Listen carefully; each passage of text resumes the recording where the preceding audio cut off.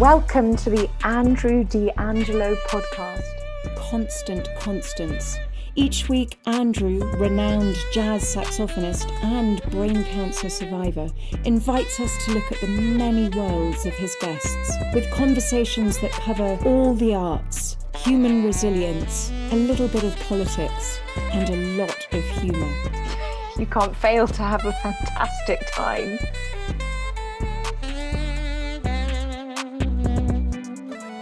Hello, everyone. We are here today with fantastic, amazing, beautiful. I'm running out of adjectives for all my amazing musician friends. Drummer and composer Allan Mednard. Allan, man, how are you doing? Oh, Andrew, thanks for having me. I'm doing all right. Just taking it day by day here. Right. Trying to just stay positive, stay active, be outside. Enjoy the randomness of right now. Right. And I know you grew up in Queens, right? You're originally from Queens? Yeah, born and raised in Queens. Nice. New York. And then where do you still live where do you live in Brooklyn or Queens? Where do you live now? I'm in Brooklyn, yeah, right by Prospect Park, on the other side of, right. On the east side of Prospect Park. Yeah. And for people who don't know, Prospect Park is kind of like Brooklyn's, Central Park, right? When you say that, pretty much. It's a beautiful escape from all the madness in the streets. I swear to you, man, there was one day, have you been to the Lafrac Center in Prospect Park where the ice skating rink is? And oh, yeah. And I don't know when it was, a few years ago. I mean, I've lived in 2 blocks from Prospect Park for maybe, 20 years. And then I walk over to this new Lafrac Center and there are people. At that time, it was summer, so they were roller skating. They weren't ice skating. And then there's like turtles, right? And all this stuff. I was like, wait, what? Like, what? This is literally like 10 minutes from my house. Okay, maybe 15 minutes. But it's been an amazing reprieve for me to go in the park and just, even before, we had the pandemic and everything. It was just like, all right, that's my walking meditation. Amazing. Absolutely amazing. No, for sure. Yeah. I'm glad a lot of people are taking advantage of that because, being inside all day is not fun. It's not fun. Right. It is not, maybe a day or two here or there, but not like a year and 6 months. Well, I don't know about you, but when I come home from a long tour, I don't mind just staying home for about 3 days. Maybe I even don't. I don't think it's gross. Maybe I don't even shower or whatever or shave. I just like to spend time hanging out at home. Are you the same when you get home from a grueling tour?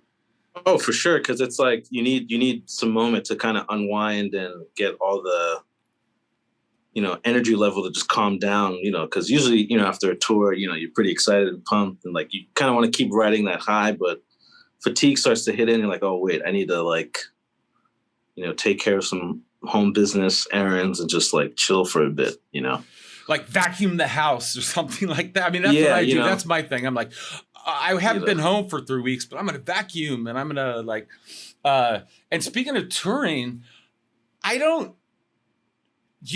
was talking to, I usually hit social media and ask people if they have questions for my guests. And I was talking to Anders Tiedman, you know him, right? Kurt Rosenwinkel's manager. Or at least had been for years. And you played with Kurt, right? And Anders just said in the quartet. I don't know. What quartet was that? Yeah, so that quartet, I guess that was like maybe 2015 or 2016. It was, Kurt, Parks, Aaron Parks, and Eric Grieg, and then myself. Right. And then we did a couple tours that Rivas wasn't on. Orlando Fleming played on some of those. And that was a great time. That was totally. I've never had more fun than traveling with Eric Grieg and Kurt Rosenwinkel. Those two are just a party like 24 hours a day. And I don't necessarily mean like drinking or whatever drugs, but I just mean they're just.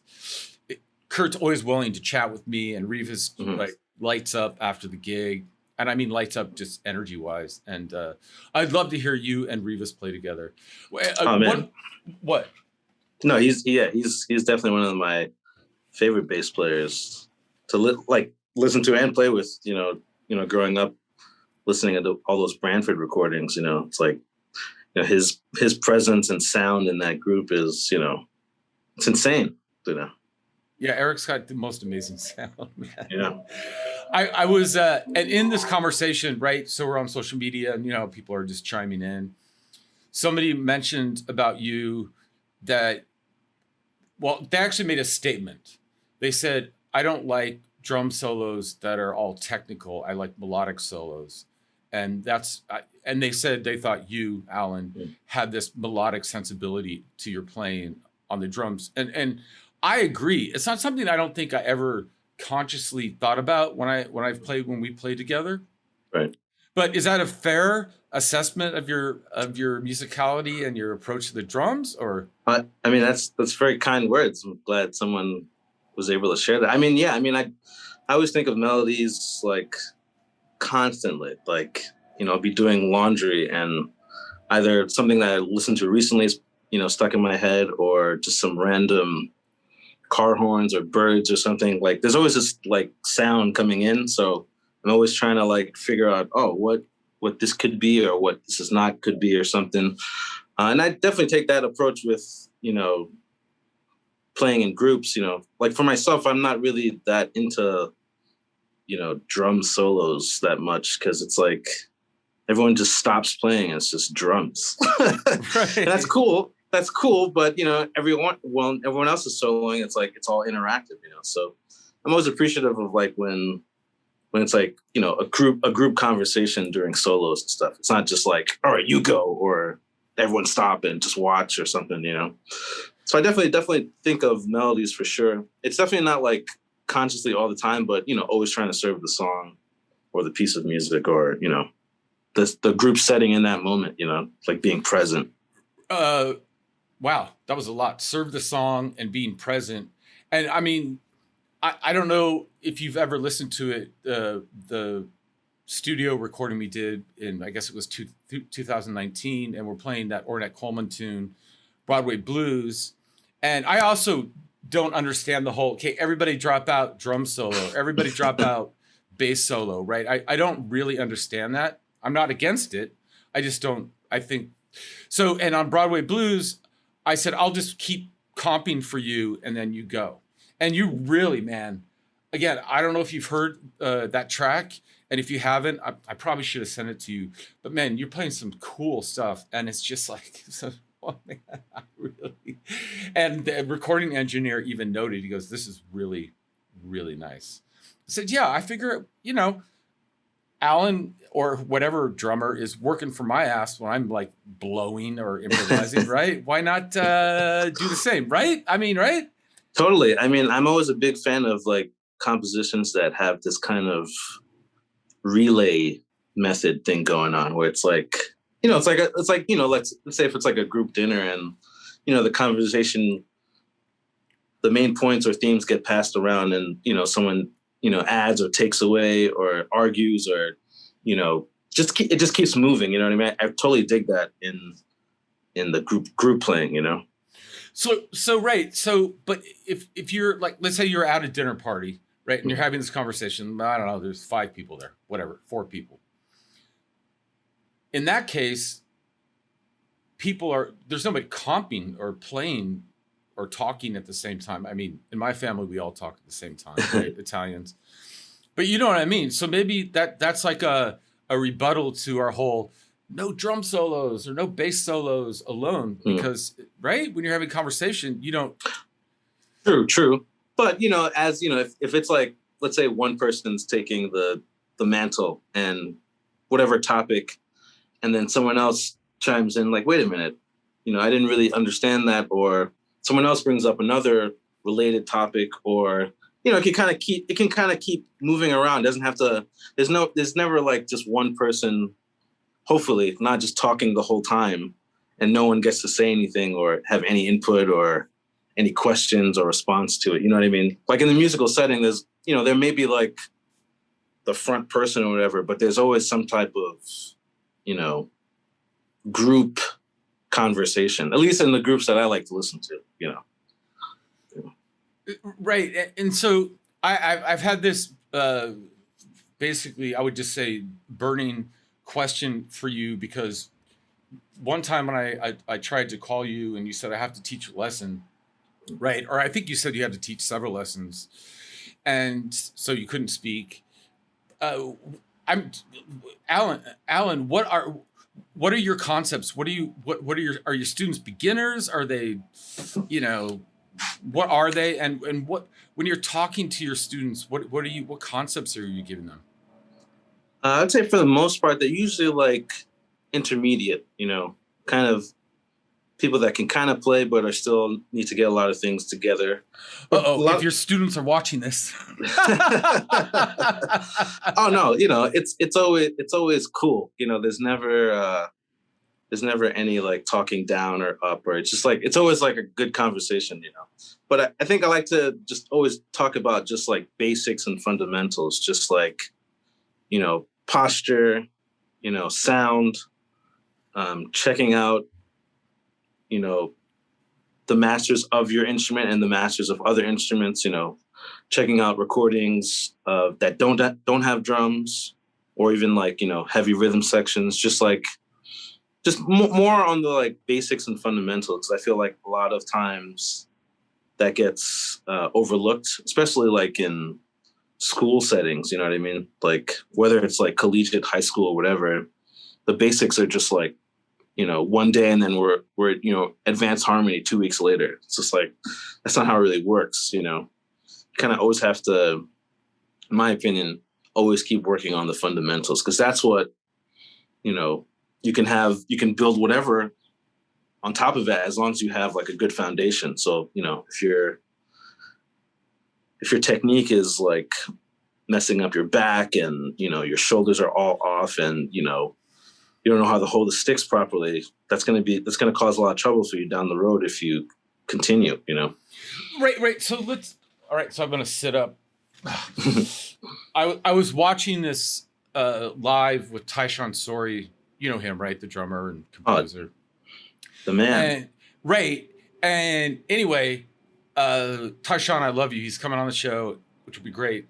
And, you know, he's like all slumped over, like playing paradiddles, talking over himself or whatever he was doing on a snare drum.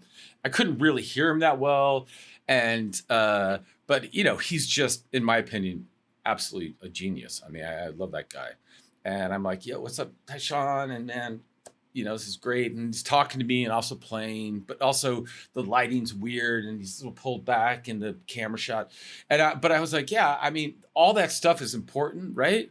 Your posture and your technique. But in that comment, the comment thread where I was interacting with Anders Tiedman and some other people whose names I don't actually recall, and it doesn't matter, when they were saying, I don't like technical drum solos, I like melodic drum solos, and that's what reminds me of Allan Mednard, and I agree. So, but what is technique? That's really what I'm after, is like, what, when people say technique on the saxophone, they mean, right, playing fast, what, knowing chord changes? I don't know.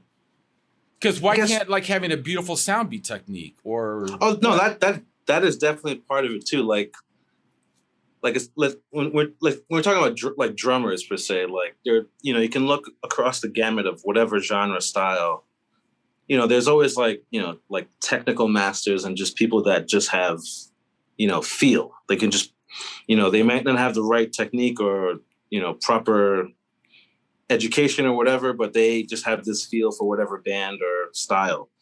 So it can definitely vary, but I think technique means, at least to me, it's just like an understanding of how the instrument works and how your body can get the best out of it, you know? So like, you know, it's not really a visual thing per se. Like if someone plays like hunched over or, you know, super laid back, it's more about just how does that person get the best out of the instrument that they're, you know, accustomed to playing or want to play or something, you know?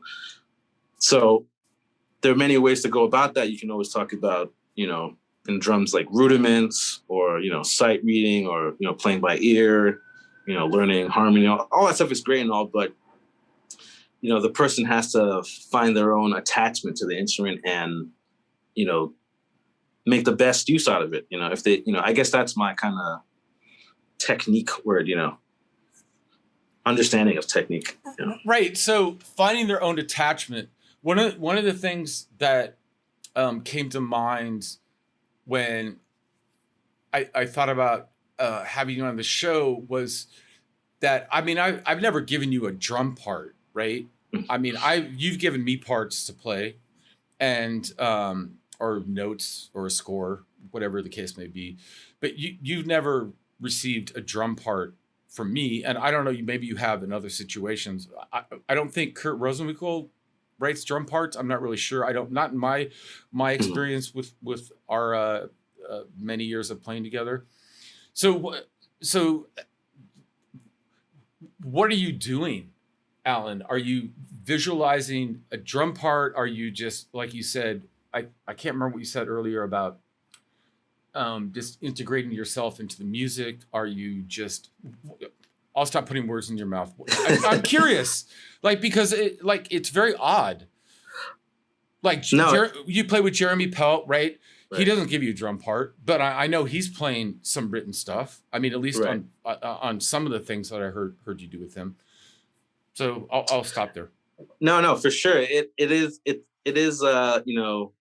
there's a wide gamut of how certain bands operate. There are definitely some groups that I've played in where it's like pretty specific. Like you have a part, and there's some improvising, but there's this part that you kind of need to just lay down, and that's totally fine. I don't really like or dislike it. It's just that's what it is. But definitely more into the more organic type of playing music where it's like it's a group, we get together, we kind of workshop the material, you know what I mean? Or we just go in and hit, and whatever happens. So usually, if we're kind of workshopping, I'll try to ask, the composer or band leader, what type of thing are you looking for? Or if you have any type of references, this is kind of like a second line meets ECM, I don't know, Chicago groove or something, something to get it starting, or if they're really open, they'll just let me try a bunch of different things, or, we'll just workshop 2 or 3 songs at one rehearsal 1 week and listen back and see what works or what doesn't work. So overall, I'm just trying to serve the song best. And sometimes, composer or band leader has it dead on, something specific, and that's what they want, and it's cool. Other times they might have something specific, but it actually doesn't work. So, if they're able to be accommodating with everyone in the band, we get to readjust and make sure, there's some type of groundwork or foundation. Because sometimes there'll be parts for drums that it's not really grounded. And what do you mean by not grounded? It sucks. No, I would just say no one can really figure out where the time is if it's too much floatiness.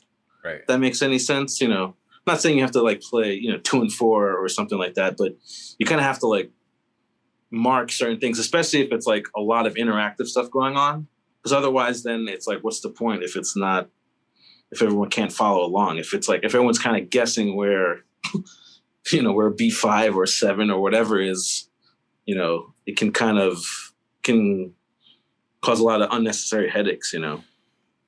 Oh, I think for me, that's one of the things that I've loved when I've played with you, is that how I like to kind of overlay and change where I want one to be when I'm playing, and you generally aren't influenced by that. I play with drummers where they are influenced by that. In other words, if I change where 1 is, or where 4 is, or where 7 is, they shift with me, and I'm like, no, that's not the point. That's the whole thing I'm doing is, I guess, maybe a Steve Reich thing, if you want to throw some kind of label on it.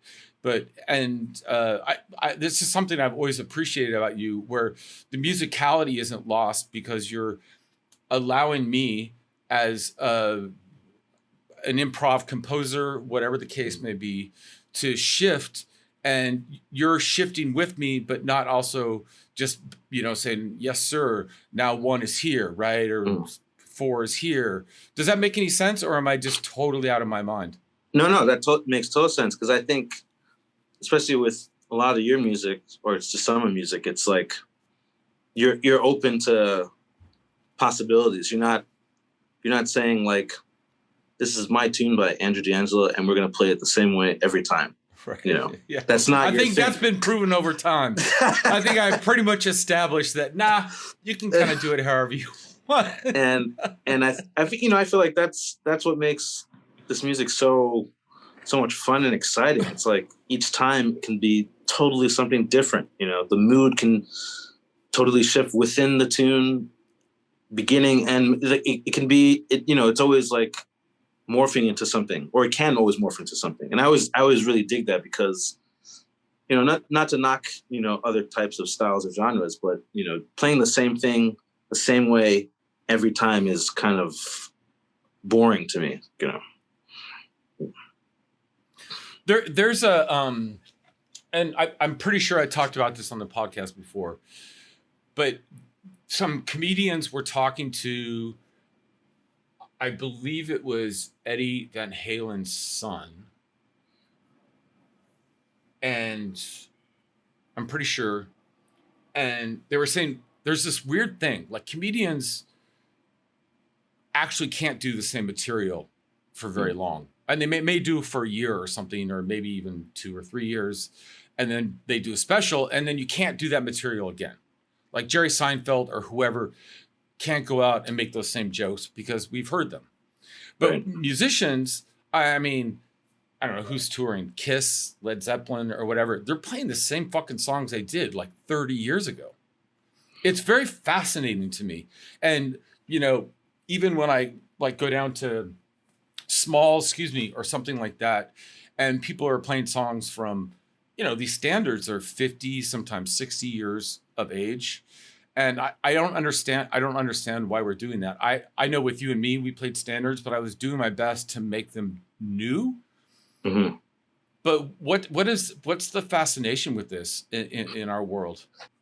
I think it's tough, but I think some of it.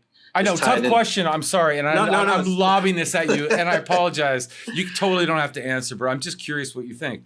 No, I think a lot of it is just, unfortunately, it's like the education of the music. It's like a lot of these schools, conservatories or whatever programs kind of indoctrinate students like, in order to play this music, you have to learn all this material. And, there's some validity to it for sure, learning what came before, and, you can kind of hopefully carve your own path. Yeah, so learn it and then move on. Why right. At age 40 or 50, I know you're in your 30s, but you know what I mean? Why still be doing it? I get it, right? I did that too. I did the big band. I learned standards. I can still play My Romance and Bye Bye Blackbird and, the other songs I've done with you from memory from when I was a kid. But why are we still doing them later in life? Yeah, I think also between the education and just I guess there's, I don't know, maybe there's a stigma for people trying to just branch out and do their own thing. Like, oh, like, why are you trying to do this? Why can't you just play, some 60s music or something? I'm not sure why exactly people feel, maybe scared or hindered to try to branch out and do their own thing. But maybe I feel like it's kind of like a safety net that no one wants to, not no one, but many people are afraid to like rip away. It's like if I do something else, no one's ever going to listen to me or check me out or something. So I gotta keep recording. There will never be another you or something. I'm not sure. Right. All right. So everybody, during the break, we were talking about, the fact that you haven't done your own solo project yet. And what does that look like? Let's say somebody gave you, I don't know, 20 grand or something, whatever, 100 grand.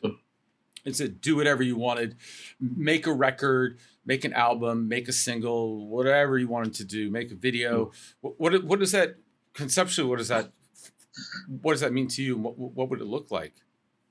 So luckily, like this past summer, I was able to do a stream for a good friend of mine, Desmond White, great bass player, Mr. like King of DIY. Like he does all this video and edit, audio and photography. But so I was able to, he brought me on to do a solo thing. And essentially what I did was I took two contrasting like speeches. One was from, I guess like 63 or 4 from MLK. And I took another speech that was from John Lewis. And essentially I just like improvised with both of them, not like simultaneously, but like one after the other, and kind of like did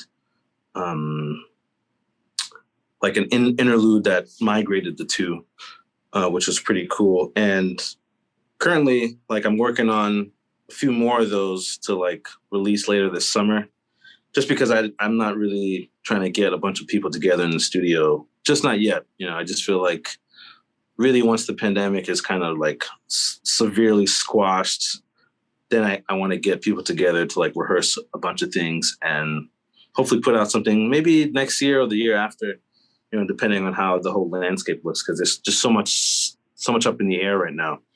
But later this summer, there'll be some more of those videos. And if you want to see like how it came out, I would say just go to underexposed.live is the website, and it's episode 1.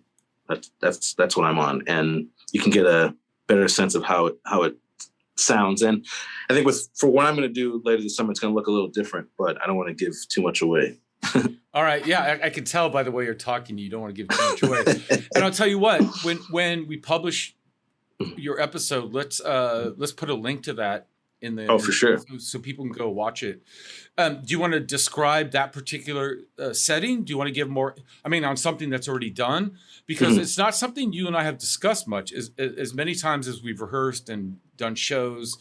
And also, I just want to mention, you know, those silly Facebook memory things that come up. It was a show we did at the Jazz Gallery. Do you remember that show we did? Oh, right. Yeah. And for me, that was one of the funner shows you and I did together. But I don't know how it was for you, but I like not having to use a microphone. I like the sound in that room. And I love the fact that, what's her name at the Jazz Gallery? What's her name again? Rio, that she just kind of says, you know, do whatever you want. You know, I mean, I've played the Village Vanguard, as you have, you know, where, you know, when Lorraine was alive, the then owner of the Village Vanguard, you know, kind of wanted you to play standards, or not you, just anybody. So it's nice. Rio's kind of just do whatever you want. And, you know, I think the particular clip was you and me and Carmen Rothwell on bass. We were just kind of just playing a song, you know, making up the song in the moment. But it sounds like what you're doing with this project, with the MLK and the John Lewis speeches, that maybe you're spending a lot of time, dissecting, thinking about it? Are you composing? Are you writing shit down? Or what are you doing there? So some of it is definitely written out. But I would say majority of it will be mostly improvised, just because as a solo, you know, project, I don't want to be too tied down and be like, oh, this is how I played it. And, you know, if, you know, venues start opening up again and then like, hey, we want you to play that. Like, I'm just like, no, that's not, you know, in the description would be pretty clearly labeled. This is, you know, not, you know, a formally written down composition, you know, more of like interacting, if I were with a group, but with the words of, you know, people that I always look up to and find, you know, never ending, you know, inspiration. So that's one aspect of it. And there's going to be a few different other angles that I take with it, but I just don't want to give too many, because, you know, I don't want someone to steal my shit. I've been wanting people to steal my shit all my life. I'm like, please, somebody. But speaking of John Lewis and MLK, I follow Martin Luther King's son on Twitter, and I don't remember his name. Do you remember his son's name? I'm embarrassed. I don't remember his name. He's like a few though, right? And I don't think that he calls himself his real name. It's something like the King or something like this, the Martin Luther King. But in your experience, I think you said you were born in the U.S., but your parents are from Haiti. Yeah. Does that make you first generation, or what does that make you? Yeah, first generation. Yeah. Cool. And so, have you experienced, overt racism? I mean, I know you during the break you were telling me the story on the subway when the transit police Yeah. So this was like maybe I guess freshman year in high school. Was part of this like all city high school marching band, and we would rehearse in the city somewhere in Midtown. I forgot the school. I think actually that school is gone. They like knocked down that building. But anyway, we're coming home from rehearsal, and we were just like, we're just making noise on the platform, just like, with our like sticks and mallets, and then the transit cops comes up and pulls up on us. Nothing crazy happened, but it was kind of like a show of like, you can't do this, but I'm just bothering you because I am a transit cop, and yada yada yada. So the only other time that I have had any encounter with the police was maybe like in must have been like 2010 or 11. Was running outside in Queens, and this undercover patrol car, like unmarked, just like swerved right in the middle of the street. Was like, hey, stay right there. You have any idea on you? We're looking for someone that fits the description. I'm just like, guys, you have the wrong person. Like, I can tell you.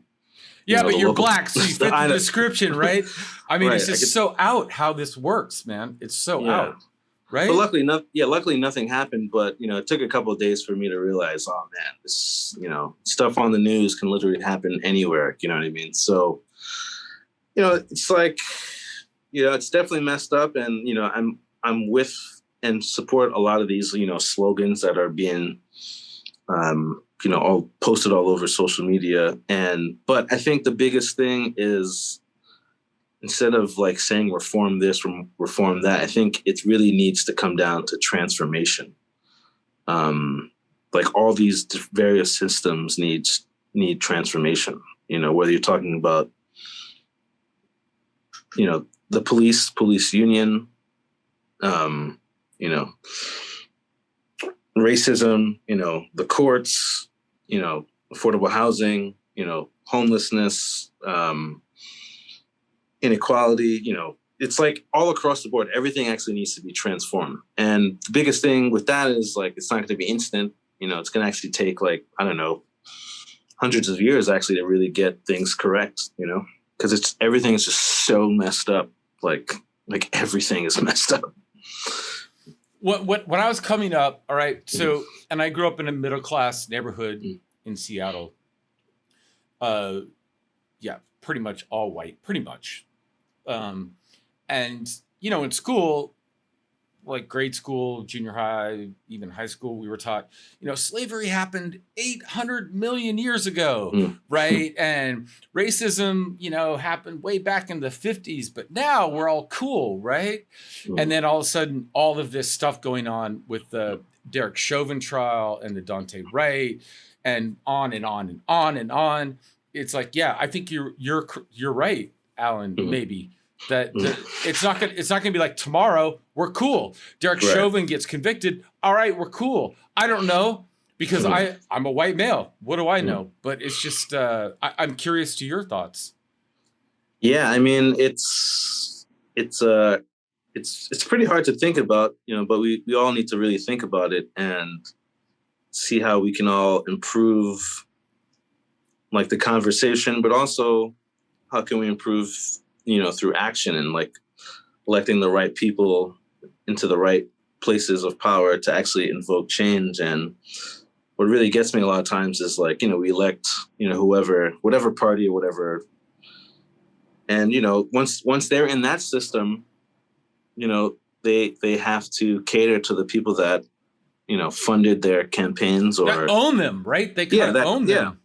So it's like this like vicious cycle that needs to be broken. So like all across the board of whatever subject that you think, bothers you or gives you, keeps you up at night really needs to get transformed. It's like, I don't know how that starts with government, because it's like, you need money to run a campaign, and if you're independently wealthy, okay, that kind of works. But then you are in a different echelon.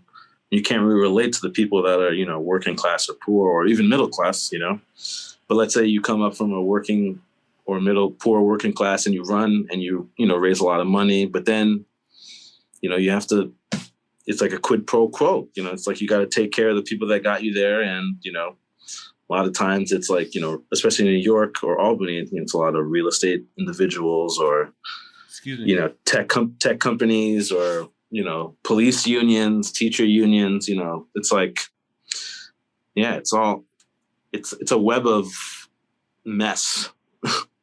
Right. And not to get, too political, but I am having a guest on who is, she doesn't like to call herself a political activist, but she is. And on some level, AOC has done that, who made all these promises and I'm like on your side. And then once she got in the system, has totally turned around, at least in this person's mind that I'm about to interview. It's very interesting. You're like, man, I'm going to make all these changes and I'm going to fix all this and I'm going to,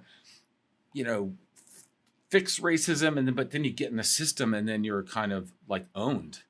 Yeah. Is that kind of what you're saying, or am I putting words in your mouth? No, that's pretty much it. Because like when you think about like here in New York, like, Bill de Blasio, his whole campaign when he first ran, which is almost like 8 years ago, was, he's going to end the tale of the two cities. Obviously, he didn't envision a pandemic happening, but but that is like, but the have and have nots have been like completely been pushed further and further apart. There's no real middle. It's like you either have a lot of money or none. Either you have like a great apartment in a great neighborhood, or you're kind of like, someplace where you're not really comfortable, but the building's nice, or the landlord's shitty, or it's or like the he didn't rent's really good. Yeah, I mean, he didn't really fulfill his promises. A lot of empty promises with that guy. Right. I agree. And I'm just curious, maybe in conclusion, and more specifically in the music business industry, have you experienced any overt racism or anything that you could say was, racist or? Nothing like up front. That's been actually kind of like a kind of blessing or maybe a curse. I don't know. I've never experienced any like overt racism like on the bandstand or at some venue, or because I feel like most of the places that, I wouldn't say most, but I would say probably like 99% of the places that, we get to play at are usually cool. You know what I mean? There's never really any beef or, what are you doing here? Or, hey, let me see your badge. Or do you have access or something like, no, it's like, it's always been cool and cordial, which is something I always appreciate about, cause it's like, it doesn't cost anyone to be nice. You know what I mean? Like, it doesn't cost you anything. Just be cool. Just be cool. Right. Yeah. And that being said, at the end, I like to ask people, I guess, if they have anything they'd like to, share with the world, like either words of wisdom. I mean, you've done that pretty much throughout, but if there's anything that you want to close with, or, let's say you're doing a show and you want to end on a high note, and I don't know what that high note is. If there's anything you want to say, share. Sure. Whatever. I mean, I would just say throughout this whole time, I think folks really need to find, a balance of, joy and happiness, with whatever that means. As long as you're not hurting yourself or someone else, just find some type of balance and, whatever, stay motivated, stay hungry, stay eager, continue to learn, get some air, chill out. This is not forever. So just, keep on keeping on. That's all I'll say. I have to say something about you. Beautiful. And I've been in many different contexts with you, and I've never seen you get angry, which is, I'm a Scorpio, right? So I have my moments. And for people who aren't into horoscopes or astrology, that just means that, I have a stinger. And Allan, you've just always been just such a positive, beautiful, wonderful, amazing musician, and just a really nice guy. You've let us use your rehearsal space, which I know you rent, and you've booked shows. And anyway, I thank you for all that, and thank you for just being a light, just a beautiful light in this world. It's really, really. Thank you, Andrew. Really appreciate that, and really appreciate you. And thanks for having me on this, man. You're welcome. That made me feel good. See, Allan's a great guy, man. All right. Love you, and have a beautiful evening or rest of your day and evening. And yeah. All right, man. Take care of yourself, right? You too, man. Thank you, man. Peace. Bye. See you. Bye. Thank you for listening to this episode of Constant Constance. Tune in every week for new conversations. And if you want even more, check out Andrew's Patreon for more exclusive content and additional conversations. Hosted and produced by Andrew D'Angelo. Edited and mixed by Lucy Little. Original music by Andrew D'Angelo and Maximilian Moore D'Angelo. Intro is Henrietta Weeks. Thanks so much. See you next time. You fucking rocked it. Like, she doesn't know she says podcast, right? Like, she doesn't even